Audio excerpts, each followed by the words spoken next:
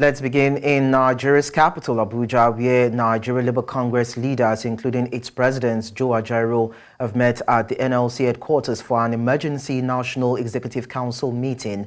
This comes after Ajaero was summoned by the Nigerian police force for an investigation into allegations of terrorism financing, treasonable felony, and cybercrime. The police had instructed Ajaero to appear for questioning at 10 a.m. today. At the end of the meeting, the body resolved to honor the invitation extended to its presidents by the police, but will demand an extension of the time given the nature of the invitation. The body condemned the continued harassment of the president of the NLC. It also resolved to shut down the nation should the police detain or arrest its national president, Joe Ajaero. In the meantime, the NLC has warned that if anything untoward happens to its president, it will lead to a major strike of workers. Speaking exclusively to News Central, the head of information and publicity of the NLC, Benson Upa, reiterated the position of the body. Congress President will honor the invitation as a law-abiding citizen, and as you also know, the Nigerian Labour Congress is a law-abiding organization. So the Congress President will honor the invitation, but certainly not today. In fact, he has not even been served. They have copy up to the time that the NEC met. They had a copy of that invitation has not come. So the NEC asked for more time to enable the president honor the invitation. Certainly, the president is going to honor the invitation shortly. The NEC also went for that to resolve that in the event government takes advantage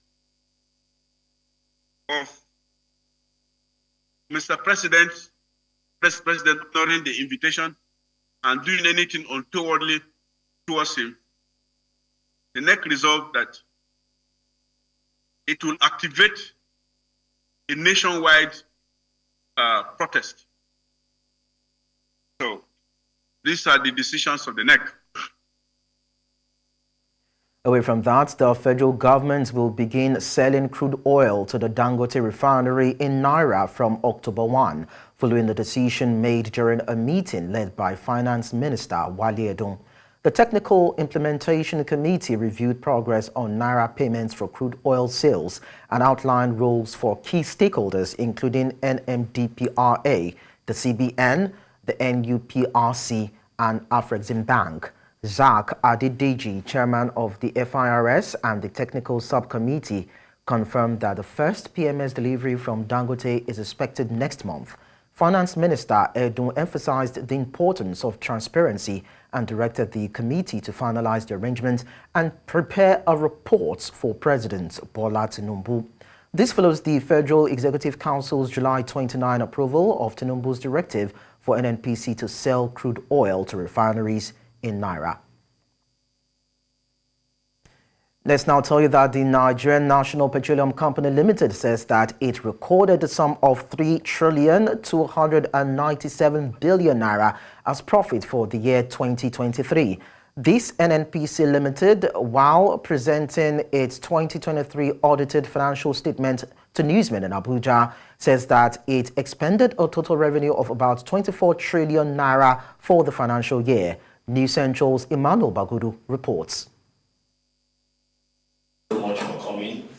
In a bid to promote transparency and accountability to the public, the Nigerian National Petroleum Company Limited presented its 2023 audited financial statement to the public. An excellent performance, being the first fruit of the PIA, the commitment of the board, management and staff of the company, thus leading to the attainment of 3.3 trillion profit after tax for 2023 financial year. Accordingly, the shareholders of the company have approved a final dividend of 2.1 trillion in line with the provision of PIA 2021. Details of the statement, which was presented by the Chief Financial Officer of the oil giant, says that the NNPC Limited made a 28% increase in profit at approximately 3,279 billion naira in 2023 when compared to 2.4 trillion naira in 2022. When you look at the performance of this company from 2019 to date, we have never looked backwards. It's always forward.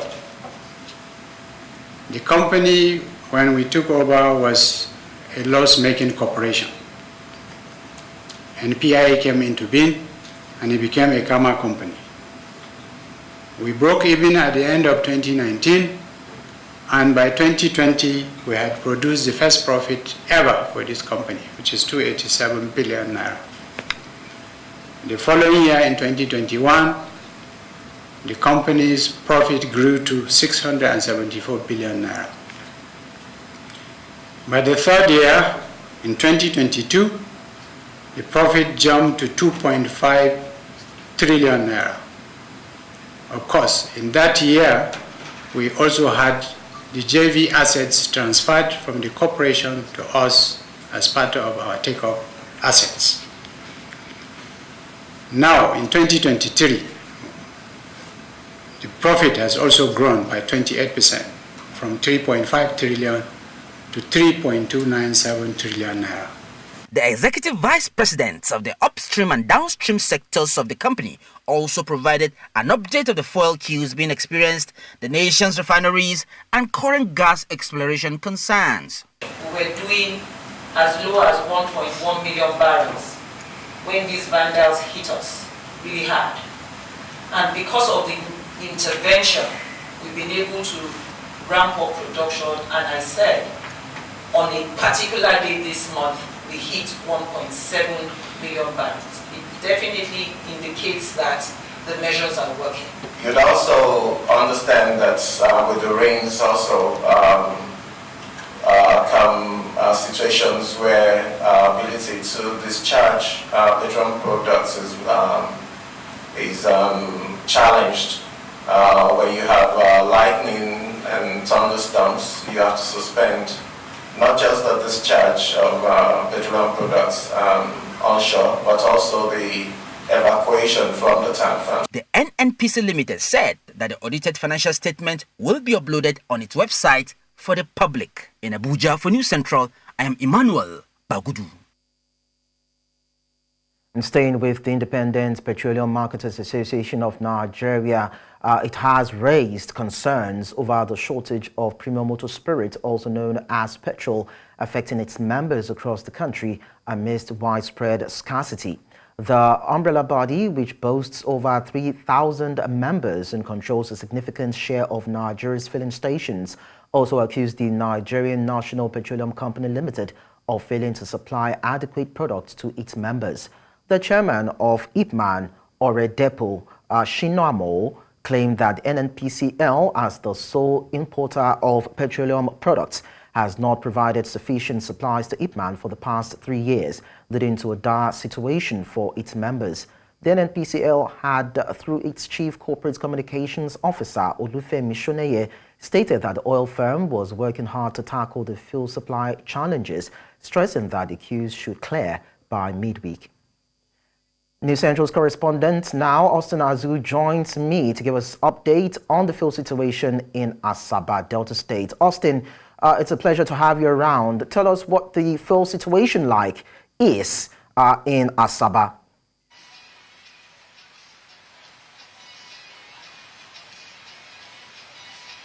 Good afternoon. First and foremost, the fierce scarcity across the country. It's almost the same thing here in Asaba, the state capital. Obviously, we have more queue at the NNPC mega filling station here in Asaba, and other places as well. We have few places where you have some little, queue, particularly from the expressway angle, where you have a lot of transporters who are coming in and out of the state. So obviously they would like to stop over to get fuel at those filling stations. But the prices are not the same. However, when the mega filling station of the NNPCL seems to be selling at 591 naira, other marketers are selling at 900 naira, 875, 850. thereabout. So it's really not the same prices across the places we went to. But one thing that is trending here in Asaba, recently we saw the latest development after the protest of the 10 days end bad governance. We saw that the filling stations have come out with a new directive by DRP that they should cease selling to jerrycans and other, apart from vehicles. So anyone who comes to the filling stations to purchase here will definitely be sent back. So we spoke to a cross-section of people who expressed displeasure over this development here in Asaba. But meanwhile, some other persons are attributing it to the racketeering process involved in the business by those filling stations to black marketers who obviously probably they said that what the filling stations are doing, that in the evening or in the night thereabout, they open the gate for black marketers to come in with their jerrycans to buy. But meanwhile, those who are doing small-scale businesses, probably those who are saloons, those who are doing normal, small-scale business that requires power for them, require fear to go and put in their generator, however, being deprived. So most of them will just be sitting down because obviously the power is not there for them to power up their system. So Austin, I'd like to on everyone here. Yeah, Austin, I'd like to find out from the few places that you visited, did you actually see many of the black marketers, selling to commuters or drivers as at the time you were roving?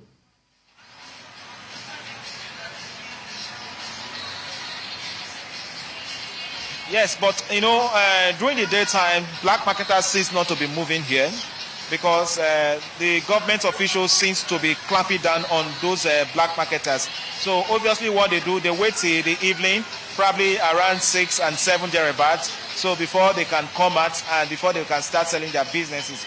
Of course, as from 7 p.m. to thereabout, no government task force will be on the road anymore. So obviously they might have ended their business for the day and they will definitely retire to their various homes. But then I'd like to find out, is there any idea as to how much the black marketers are selling?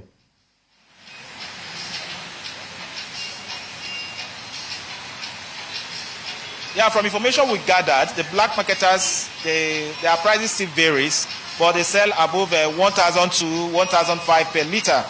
But meanwhile, they will get it from the filling station at the rate of 900, 850 thereabout, or probably some of them, because of there's what they call here matching of grant. So once they come to the filling station, they will go to the pump attendants, probably meet with the managers. They will go and submit their own percentage to them so that they will be able to sell to them quickly before they will leave. So they will add all those things put together. So they will go back to their business places and they will start selling at the rate of 1,000 to 1,500, depends on the location. So this will probably mean that these filling stations are actually hoarding this commodity, despite the fact that there's a rule out that they should not do that. But then I'd like to just confirm from you as regards what are the people also saying in terms of this, the fact that they are being in a way forced to have to buy from black marketers when they cannot access that from the filling stations.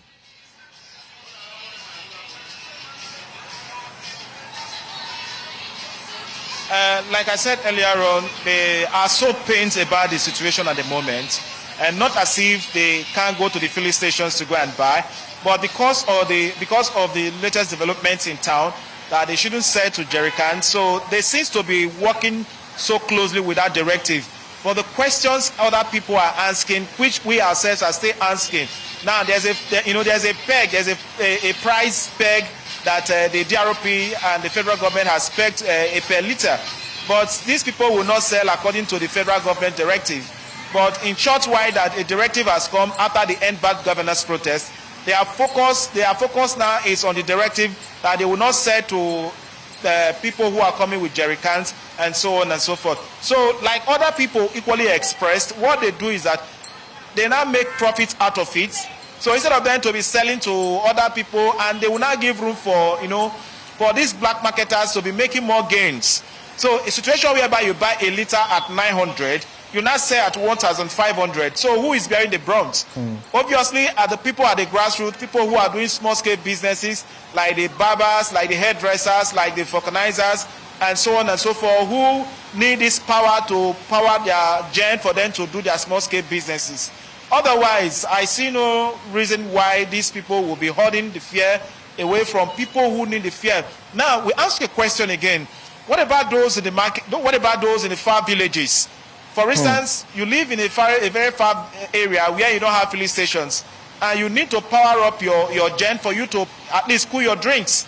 And of course, you need to power up your gen. Everybody, let's say 80% of those living in Asaba, they have gen.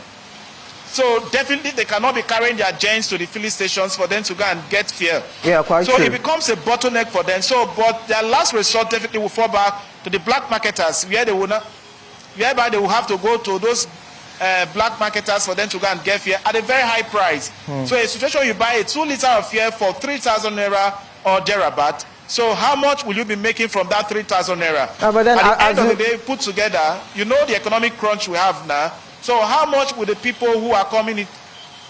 Sorry to butt in. I just wanted to also confirm, in line of the thoughts that you're sharing with us, even IPMAN, the independent petroleum marketers, of course, have come out to say that they are not able to equally access fuel and purchase it from the depots, and that is why they are trying to micromanage the ones that they have within their domain and sell it at a price that they believe they'll be able to break even in terms of profits. Is there any truth to that particular claim, that they're not able to also, get these products from depots that have been approved by the NNPCL?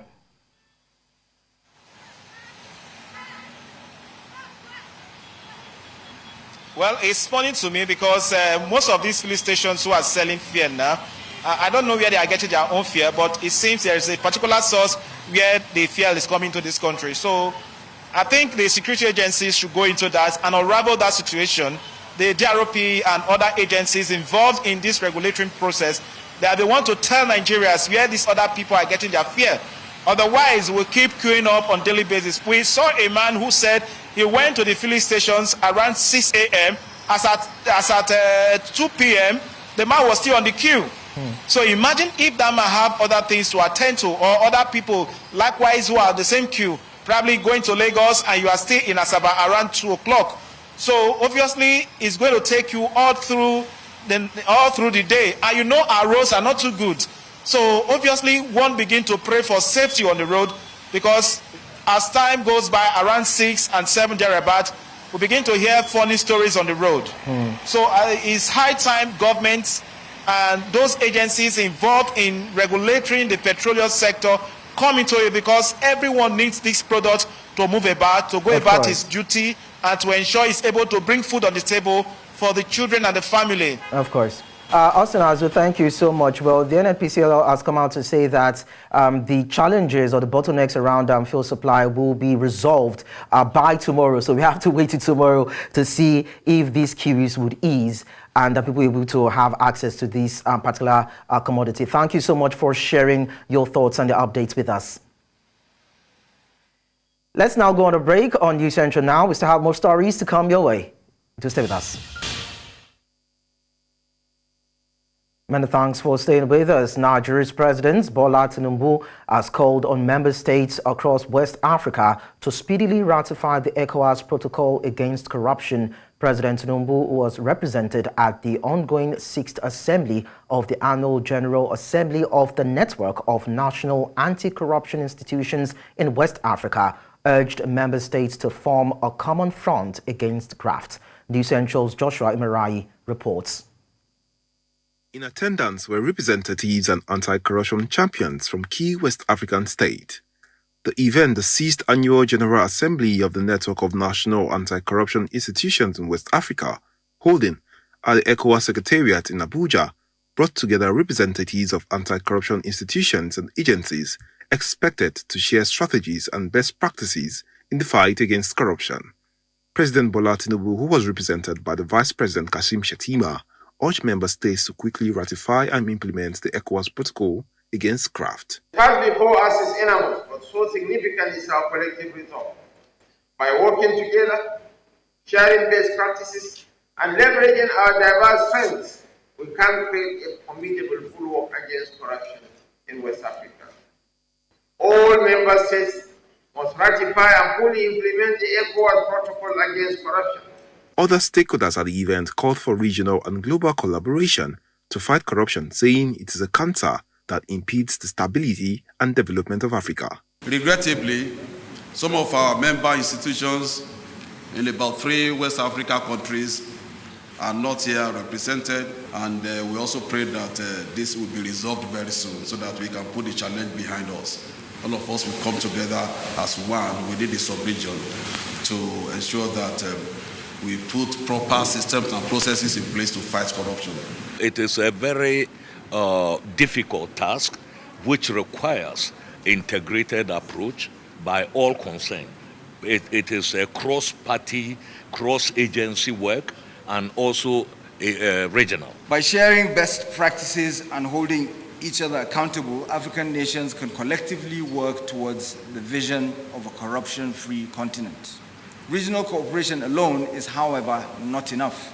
Effective use of technology and digital tools will assist anti-corruption operatives in the onerous task of taming this monster and dismantling the corruption networks. Nigeria's government, while calling for a joint approach to fight graft, announced the donation of a permanent secretariat for the network of anti-corruption institutions in West Africa. In Abuja for News Central, I am Joshua Imarayi. To health matters now, the National Assembly has urged the Nursing and Midwifery Council of Nigeria to reopen its website and resume verification of nurses and midwives using its former guidelines, pending an investigation by the House Committee on Health Institutions. This directive was communicated in a letter dated August 13, 2024, signed by Clerk of the National Assembly, Sani Magaji Tambuwal. The decision follows a motion raised by Honorable Patrick Umo on July 23, 2024, stressing the need to protect the House's integrity. The House had previously instructed NMCN not to implement revised guidelines from February 7, 2023 during the investigation. However, NMCN shut down its verification services, leading to concerns from global nursing boards about verifying Nigerian nursing certificates. The group known as the Nigerian Nurses' Voice have been at the forefront, calling on the government to intervene. Earlier, a nurse, Alexis Isioma, spoke to us on this development. Verification, the verification portal, when it's opened. Right now, as I'm speaking to you, so many of our nurses in Saudi has been sent to come back home. Some that have even resigned from their job here in Nigeria due to this whole verification, because without that verification, their data flow cannot be sent to the Saudi government or the nursing board over there. Also, the Texas Board of Nursing has also written some of our nurses that they cannot continue with them until NMCN verifies their license. And that is where we are today. So many things have gone wrong these days. Now, some of our nurses, even the diaspora nurses, not just Nigerian nurses, the diaspora nurses cannot move from one state to another. If you're practicing in US, for example, you're practicing in one state in US. If you're to move to another state, you need to be verified again by the Nursing and Midwifery Council in Nigeria. And if that is not done, you are left there you cannot even move forward. And that is where we are now. And that is why we cried out to the House of Rep. And they have spoken up, and we await the Nursing and Midwifery Council to open up the portal with immediate effect. Still on health, Governor Babagana Zulum has raised concerns about the integrity of Borno State Contributory Healthcare Management Agency and the State Primary Healthcare Development Agency in the state. At a stakeholders meeting on Basic Healthcare Provision Fund in Maiduguri, Governor Zulum highlighted the need for a synergistic approach between these agencies and local government chairmen for transparency and accountability. News Central's Umar Kurawa completes the reports. Counterpart funds of over 200 million naira approved by the state government to improve healthcare system in Borno, a state affected by years of conflict. Essential services are what the government is targeting. This is a testament to our determination to improve the healthcare system in Borno State. Governor Zulum expressed his displeasure with both the State Primary Healthcare Development Agency and the Borno State Contributory Healthcare Management Agency.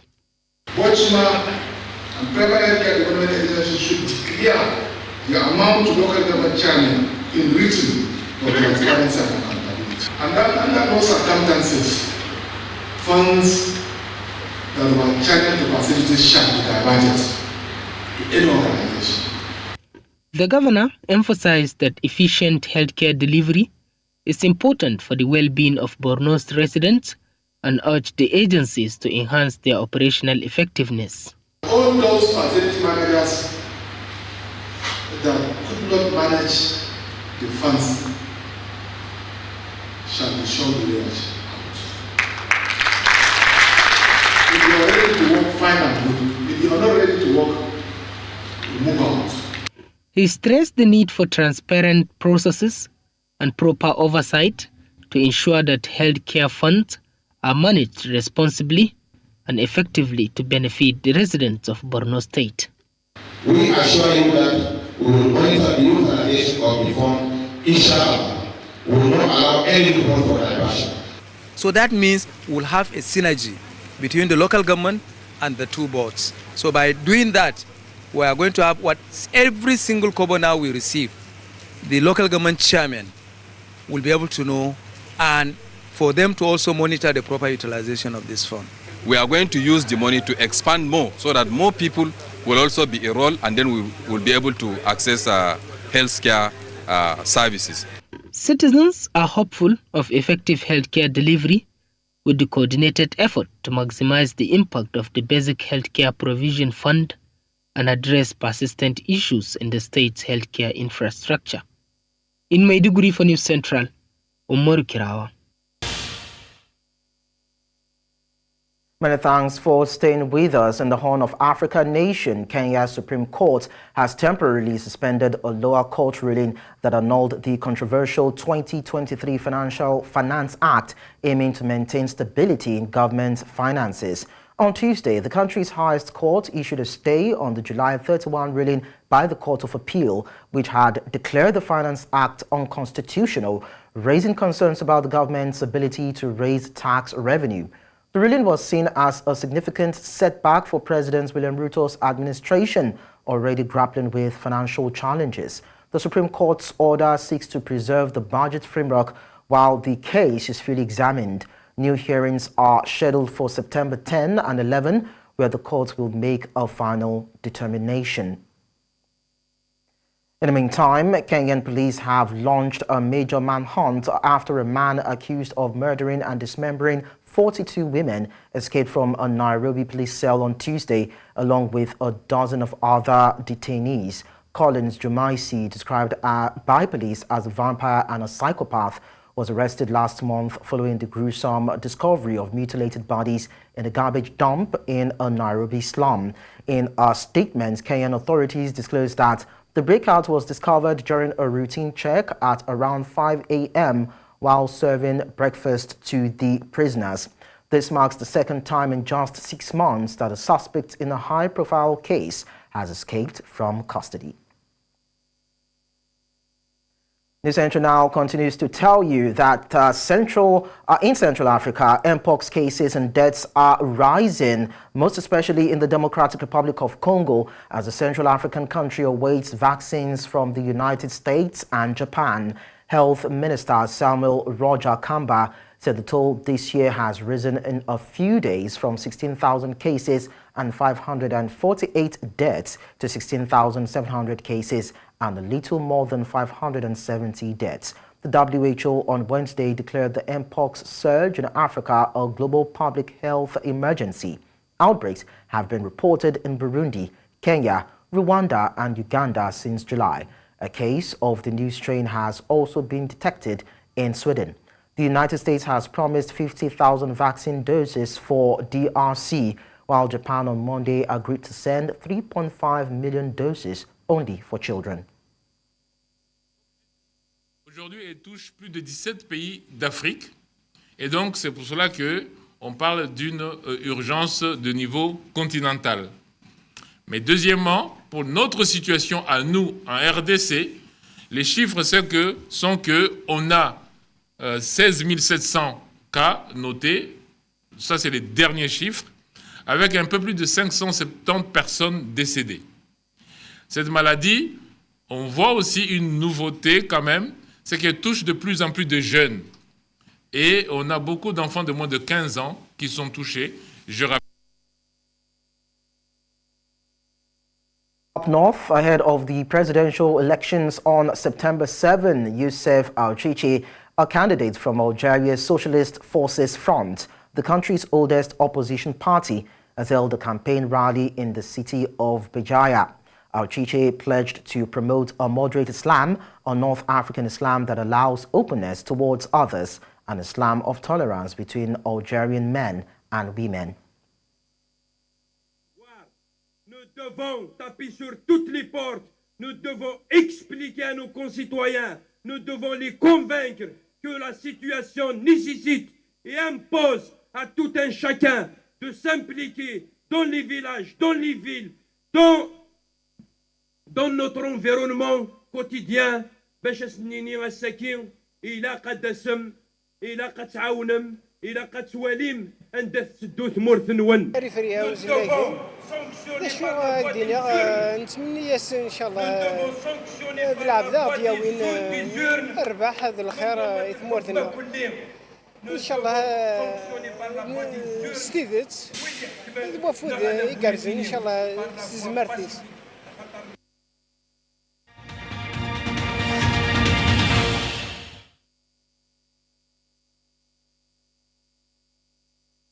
From other continents, we tell you that Israel's military says the bodies of 6 hostages being held by Hamas have been retrieved from the Gaza Strip on Tuesday. In a statement from the Israel Defense Forces, the bodies of Yegev Buchstab, Alexander Danzig, Avraham Munda, Yoram Mezga, Chaim Perry, and British-Israeli Nadav Popplewell were recovered from the Khan Yunis area on Monday. Though there was a possibility that Avraham Munda was still alive, Israel had previously declared the deaths of 5 of them. The overnight recovery operation was carried out by the IDF alongside the security agency Shin Bet. The 6 men had all been kidnapped from Kibbutz Nir Oz and Kibbutz Nirim near Israel's border fence with Gaza during Hamas's attacks on southern Israel on October 7. Our dear hostages were informed. Then the Prime Minister shared that overnight our brave forces returned the bodies of 6 of our hostages that have been held by the murderous Hamas terrorists: Avram Munda, age 79, Alex Danzig, age 76, Chaim Perry, age 79, Yegev Buchstab, age 34, Yoram Metzger, aged 80, and Nadav Popplewell, aged 51. All. Well, for more on this, I'm joined by our international correspondent, Afia Hagen. Afia, it's nice to have you around. What can you tell us about the hostages that were recovered, the bodies recovered in this operation? Well, Munda, who was 79, and Metzger and Perry, who were both 80 years old. They were all residents of the kibbutz near Oz. That was near the Gaza border, and they were captured during that October the 7th attack. Now, Munda was taken along with his wife, his daughter, and his grandson, and they were actually freed during that temporary truce we had a few months ago between Israel and Hamas. Now, Munda's son, Rui, was also killed during an attack. Now, Metzger's wife, Tammy, was also kidnapped and later released in that November truce that I spoke about. Now, Popplewell, who was 51 when he was abducted, and Buchstab were all taken from the kibbutz Nirim also.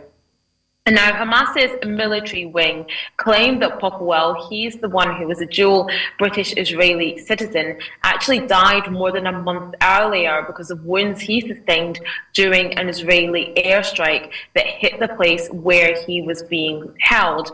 The IDF also went on to say that Bushtaq was believed to have been held in Khan Yunis and died several months ago due to an IDF operation there as well.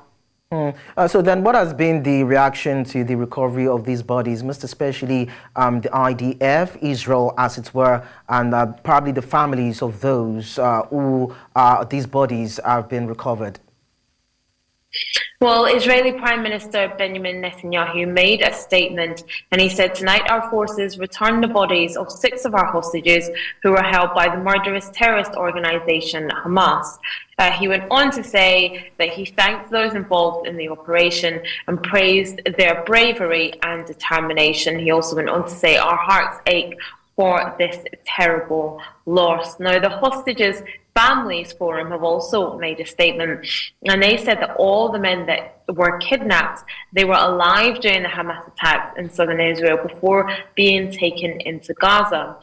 And they said the recovery of the bodies had provided the families with necessary closure, adding that the return of the 109 hostages who remain in Gaza can only be achieved through a negotiated ceasefire deal. And then they went on to call on the Israeli government to do everything in their power to finalize the deal that's currently on the table. Well, still talking about the negotiations set to be ongoing to reach a ceasefire between Israel and Hamas, what can you tell us about the progress now with the negotiations, or maybe these latest developments could be a setback?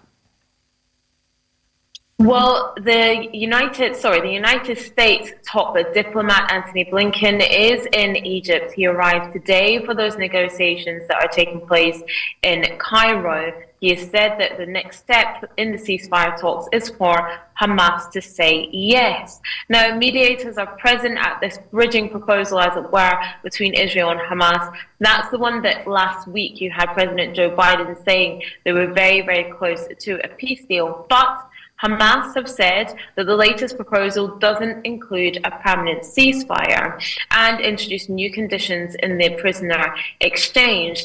They've also accused the United States of embracing Israeli demands and trying to impose them on Hamas. Now, they've been trying to finalize this proposal for this 3-phase sort of peace deal in which Hamas would release all of the hostages in exchange for Palestinian prisoners.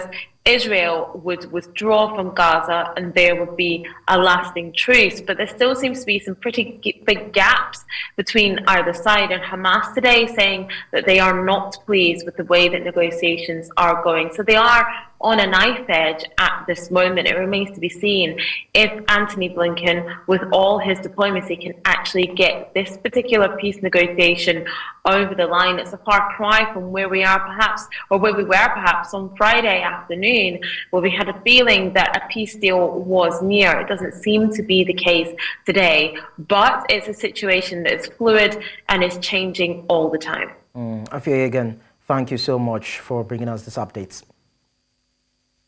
Following is a meeting with U.S. Secretary of State Antony Blinken, Israel Prime Minister Benjamin Netanyahu stated in a video issued by his office that he aims to release the maximum number of living hostages held in Gaza as part of the first phase of a ceasefire agreement with Hamas.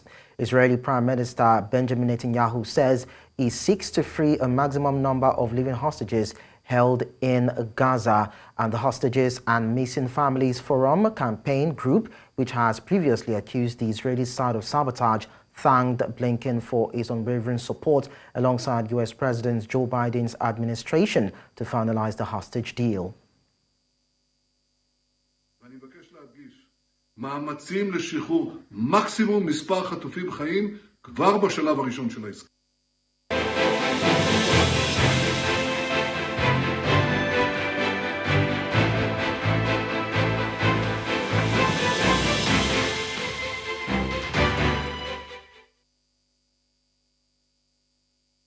On the coming U.S. Elections, now President Joe Biden has endorsed Kamala Harris to defeat Donald Trump in the November election during his emotional farewell speech at the Democratic National Convention in Chicago on Monday. The 81-year-old, who quit the White House race in July, urged Americans to put a prosecutor in the Oval Office instead of a convicted felon, referring to one of Harris's previous roles.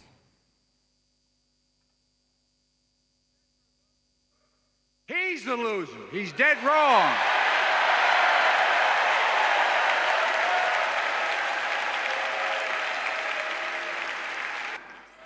When we put a prosecutor in the Oval Office instead of a convicted felon.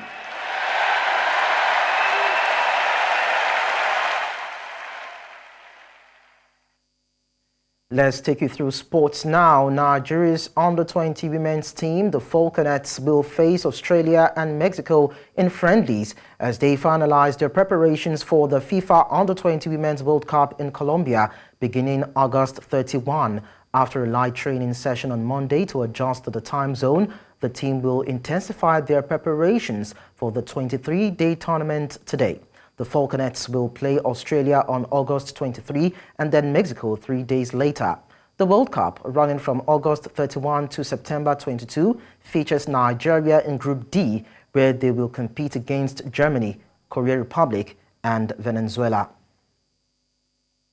We also tell you that Nigeria Super Eagles goalkeeper Maduka Okoye has signed a contract extension with the Italian Serie A side Udinese. The club announced that the Nigerian international has signed a 4-year extension. Okoye joined Udinese from the English Championship side Watford FC last season, and he has become a household name in Serie A. Several top clubs indicated interest in his service following his superlative performance against the top Italian teams last season. He was in goal for the club last weekend during the opening game of the season. And before we go, we tell you that Bafana coach Hugo Bruce has named a 38-member preliminary squad for the 2025 Africa Cup of Nations qualifiers against Uganda and South Sudan. The team will kick off their campaign with a home match against Uganda at Orlando Stadium on Friday, September 6, 2024, before traveling to South Sudan for their second fixture on Tuesday, September 10, 2024. The final 23-member squad will be announced in the next few days. South African Football Association President Dr. Danny Jordan and CEO Lydia Monyepao have encouraged fans to support the team in large numbers. And that's all at this hour, but we look at our top stories again before we go. NLC warns against harassment over police invitation of Ajaero threatens nationwide strike. Government to start the sales of crude oil to Dangote Refinery in Naira from October 1. Kenyan police launches manhunt for psychopath serial killer. Do send your eyewitness report to the WhatsApp number and email on your screen. You can follow us on social media. We are at News Central TV. Do watch us live on DSTV channel 422, Star Times channel 274, Avo TV and YouTube. Many thanks for watching. I am Lekan Onabanjo.